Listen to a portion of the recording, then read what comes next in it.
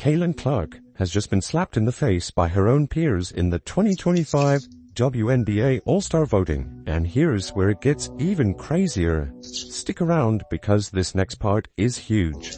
The 2025 WNBA All-Star voting results, announced on June 30th, 2025, are a masterclass in contradiction, and this is where things go completely off the rails.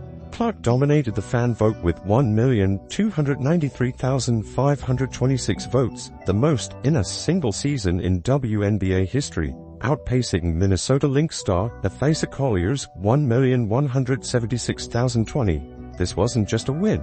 It was a landslide that made Clark one of two team captains for the July 19th game at Gainbridge Fieldhouse. The media, often accused of bias, ranked her fourth among guards, but the players, they voted Clark ninth among guards behind names like Alicia Gray, Natasha Cloud, and even her own teammate Kelsey Mitchell. But here's what they're not telling you. This snub means many players left Clark off their ballots entirely, as each could vote for only 4 guards. And the reason why will shock you. The player vote, weighted at 25% alongside media and fans 50%, reveals a stark divide. Fans see Clark as the WNBA savior. The media acknowledges her impact, but her peers, they're seemingly blinded by envy. The numbers don't lie. Clark's 17% share of all flagrant fouls in 2024, 12 of 70 league-wide, and continued targeting in 2025 suggest a pattern of resentment that's now spilled into the All-Star vote. This is where things start getting dangerous. Clark's meteoric rise has cast a long shadow over the WNBA, past and present. Her race, white, heterosexuality, and technical brilliance, long-range shooting, pinpoint passing, and a basketball IQ that's off the charts set her apart in a league where diversity and physicality have long defined the culture. And here's where everything changes.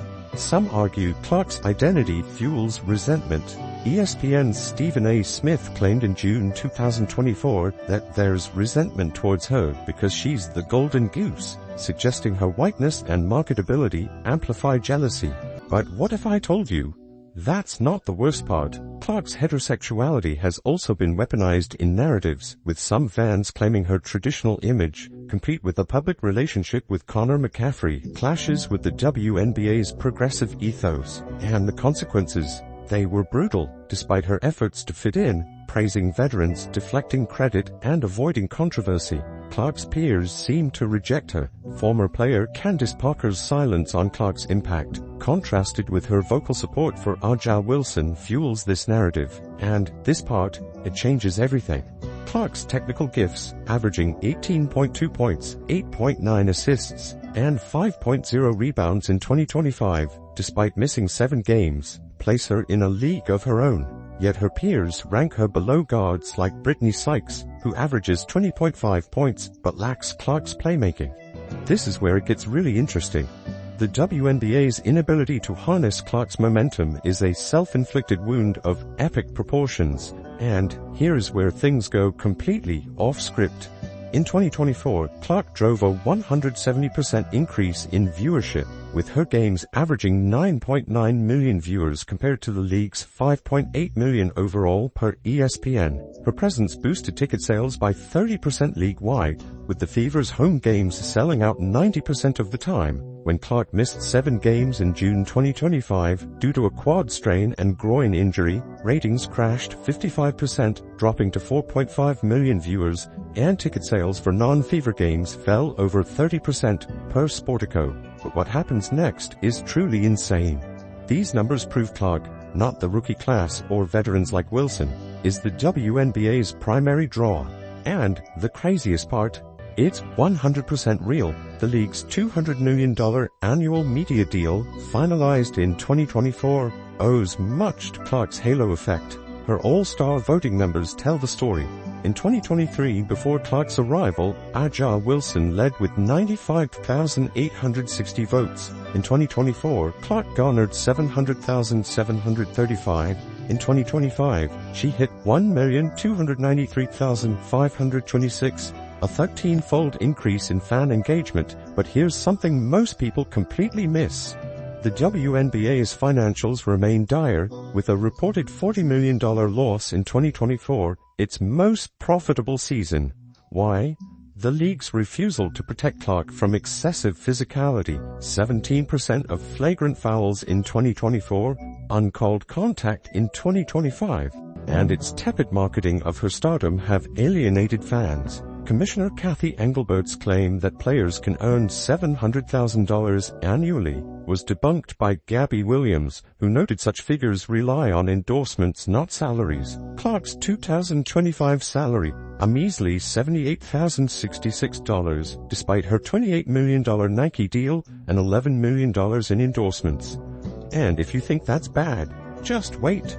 The WNBA's officiating failures, like ignoring hard fouls on Clark by Kennedy Carter and DeJounte Carrington in 2024, have fueled perceptions of bias. The All-Star vote snub is the latest insult, with players prioritizing personal grudges over the league's growth, and you'll want to pay close attention to this part. Clark's contribution to the WNBA is worth billions, yet her compensation is a rounding error, and by the end of this, you'll understand why this is so important. Let's break it down. Clark's 9.9 million average viewers in 2024 translated to $50 million in additional ad revenue, per Nielsen estimates. Her 30% ticket sales boost added $20 million league-wide, based on Sportico's $66 million total ticket revenue.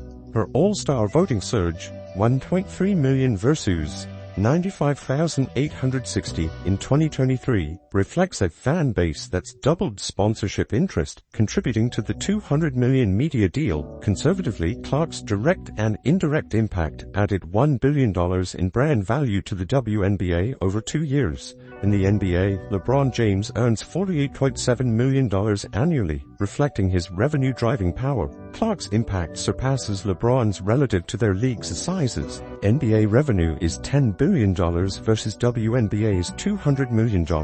If LeBron's salary is 0.49% of NBA revenue, Clark's should be 0.49% of $1 billion in added WNBA value, $4.9 million annually, minimum.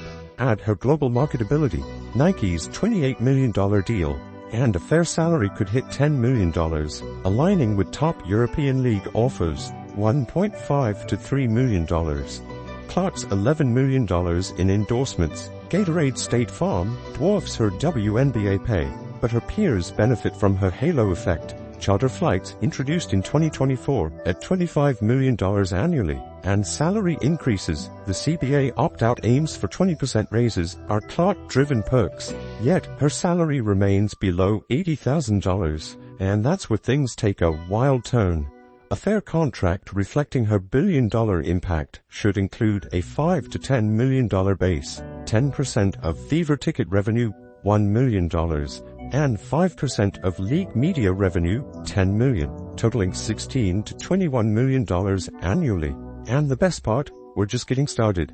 Clark's underpayment is a symptom of the WNBA's failure to monetize her stardom. Instead of marketing her as the face of the league, they let players snub her in votes and fouls, while veterans like Wilson, 2024 MVP, and Stewart hog the spotlight. But wait, this next part is what really matters. The WNBA's $40 million loss proves they're not just failing Clark, they're failing themselves. This is where things go from bad to worse. The WNBA's players, past and present, bask in Clark's glow, but refuse to acknowledge it. And here's where things go completely off the rails. Charter flights, sold-out arenas, and a new CBA with higher salaries are direct results of Clark's arrival, yet players like Carter, infamous for her 2024 body check, and Sykes, who outranked Clark in all-star votes, would rather post TikTok dances than give credit. And the truth behind this, it's absolutely insane. Aja Wilson's 2024 MVP speech barely mentioned Clark, despite Clark's games against the Aces drawing 12 million viewers. Diana Taurasi's 2024 comment that Clark would face a reality check in the WNBA age like milk, as Clark shattered assist records and led the Fever to the playoffs. And that's when I discovered something shocking. The All-Star vote snub isn't isolated. In 2024, players like Angel Reese downplayed Clark's impact, claiming the rookie class, not Clark alone, drove viewership. The data disagrees. 18 of 21 games with over 1 million viewers featured Clark's fever, and if you think that's shocking, wait until you see this. Posts on ex-highlight players' social media antics, twerking videos, cryptic shade, while Clark grinds through injuries, quad strain, groin issue, and physicality. 17% of 2024 flagrant fouls. WNBA players hate Clark for being white, straight, and better. They'll take her charter flights, but vote her ninth.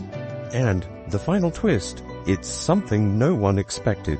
Clark's response to the snub was pure class. In a June 30th, 2025 interview, she said, "I'm just focused on playing basketball. The fan support means everything. And I'm excited to captain the All-Star game." Her grace under fire only widens the gap between her and her peers, who seem more interested in petty rivalries than league growth. You'll want to see this through to the end. Trust me. And here's where it gets even more unbelievable. The WNBA stands at a crossroads. Clark's 1.3 million All-Star votes, 55% ratings boost, and $1 billion brand value addition are undeniable. Yet the league's players and leadership fumble the bag. This next part is where it all falls apart. By allowing physical targeting and peer snubs, the WNBA risks alienating Clark's fan base, which drove a 13-fold voting increase. The $40 million loss in 2024, despite record viewership, screams mismanagement. And that's where everything clicked into place. The league must act. Protect Clark with stricter officiating, market her as the face of the WNBA, and overhaul the CBA to pay her what she's worth, $16 to $21 million annually. But what happens next will change everything. If players continue to snub her, fueled by jealousy over her race, heterosexuality, or talent, the WNBA will squander its biggest opportunity since its 1997 debut. Clark's race, heterosexuality, and technical brilliance make her an outsider in a league that's reaped her rewards. Charter flights, sold-out arenas, a $200 million media deal, while refusing to say thanks. Her $78,066 salary is a joke compared to her $1 billion impact. And just when you thought it couldn't get worse, the WNBA's $40 million loss and players' TikTok twerking prove they'd rather hate than hustle. Without Clark, ratings crash, tickets go unsold, and the WNBA fades into obscurity. The players who voted her ninth may never admit it, but they're riding her coattails. And the best part, we're just getting started. The WNBA must wake up, protect its star, and pay her what she's worth, or watch Clark take her talents elsewhere, maybe to Europe, where $3 million contracts await. You'll want to see this through to the end. Trust me, Caitlin Clark is the WNBA's past, present, and future, and no amount of jealousy can dim her shine.